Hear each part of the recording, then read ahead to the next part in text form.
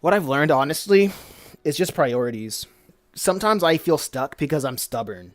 I just have to take a step back and ask myself, what do I need? Like, why do I feel this way?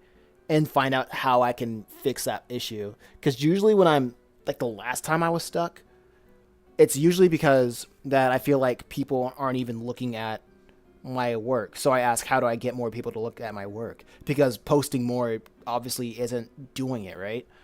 Well, actually, no. Posting more is doing it.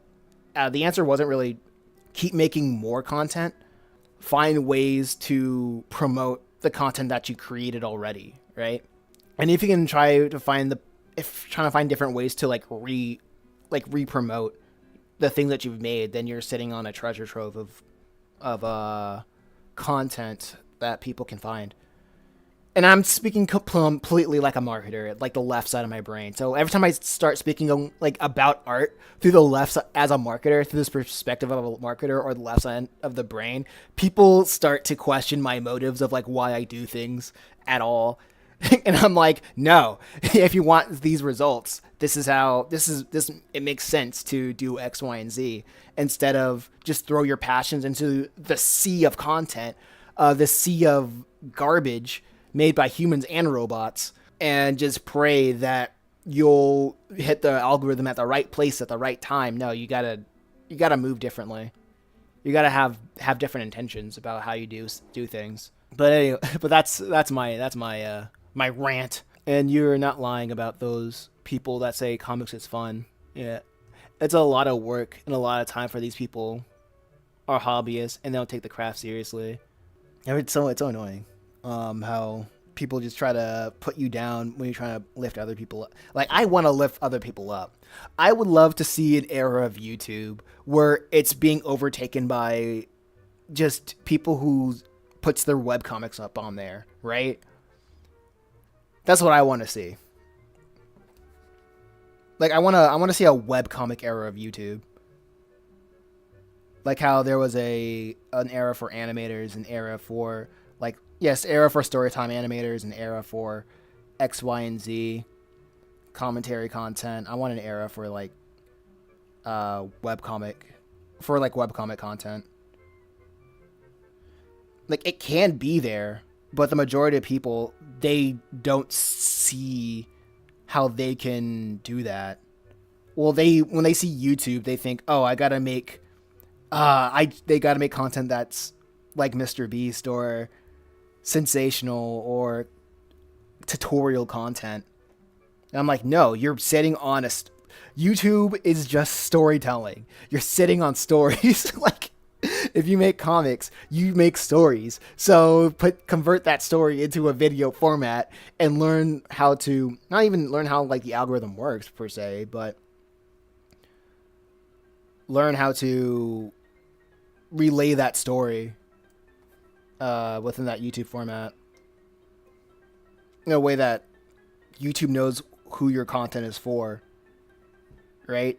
And get yourself a new audience, right? On YouTube. That's a potential that I see. However, I last time I did that, people called me lame. People said it wasn't working, and I don't know, man.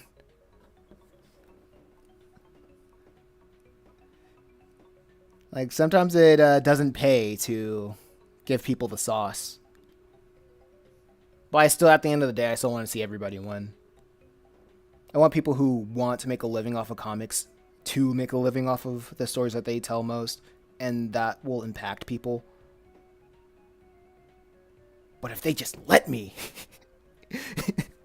but hey, people are shallow at the end of the day, and they only care about what you have to say if you have numbers behind you. And I'm not hating on that at all. Like I'm like that too. So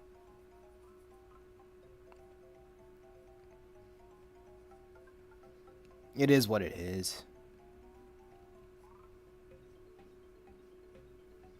It's human nature. A lot of people say don't work on like Mason, you're gonna burn yourself out working on four comics, 5 comics, whatever, at the same time. And I'm like, I work on several comics so I won't burn myself out. I worked on I was working on Purgatory Academy for like 3 years and not get anything because I was just focusing on the one thing and not focusing on how I can get people to read it, how I can expand my artistic abilities in different ways. And that was just burning me out. Just the fact that it wasn't even doing that. Oh yeah, ignore that typo. What I meant to say is that I just pay a colorist. Yeah, I would pay a color. That's what I'd probably do. Honestly. Like after a book or a volume is done, and if it gets like a lot of people interested, I would go out and just hire a colorist and probably do a Kickstarter, hire mostly just for the clout. Like I would fully pay the person, but I would just do the Kickstarter just for clout, and probably you go to not Global Comics, but what was that? Gecko Comics, because I think they have really good print quality, and just do something like that, just for a colored run. I learned color from a YouTuber, Marco Bucci. It was literally just difficult learning how to draw. Okay. Hey, Cross, I would hire a cult. Is a crazy statement to walk in on. No, I said colorist.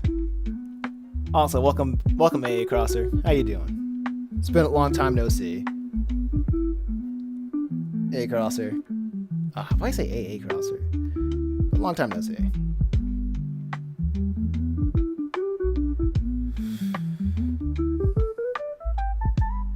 Let me look up Marco Bucci though.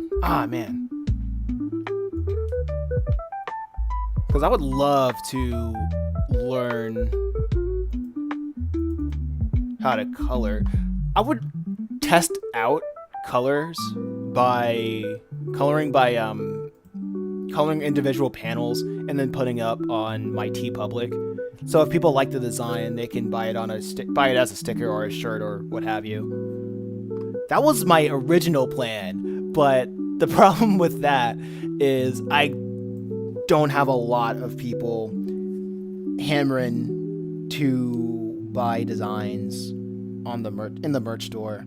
I know I just need to keep on pushing, but there's so much time in the day to do that, you know? And I don't have the money to hire somebody to color panels. And when I don't even know if it's going to sell online. And that's just the thing. It doesn't make sense to hire people when you don't know if it's going to scale.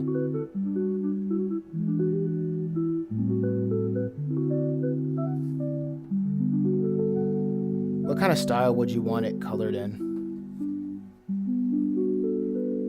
I'm not picky. I'm literally not picky. If I would go to a colorist and say, do what you do best, and that's all I can ask for somebody. Because as soon as I work the way that I have it in mind, I am not super strict on how things look, right? If I get somebody on board, I want it done. That's the most important thing. Because I've had experiences where I pay somebody to do something and they don't even finish it, right? So at the very least, I want somebody to get it done. That's all I ask. And if it sucks, then I won't go to that person no more, right? If it rocks, then yeah, I'll just keep doing. I'll just keep doing business. You know? But it is, at the end of the day, a collaborative effort. As soon as you bring somebody else, it just turns into a collaborative effort. And I have to take that on the chin. take that in strive, or whatever people say. That's all I ask for somebody that I'm working with. Not that they do their best, but to get their job done. Just do your job. Because it's so funny. Because nowadays, nobody wants to do anything. So I'm like, you be ahead of the game if you just want to do your job. For me.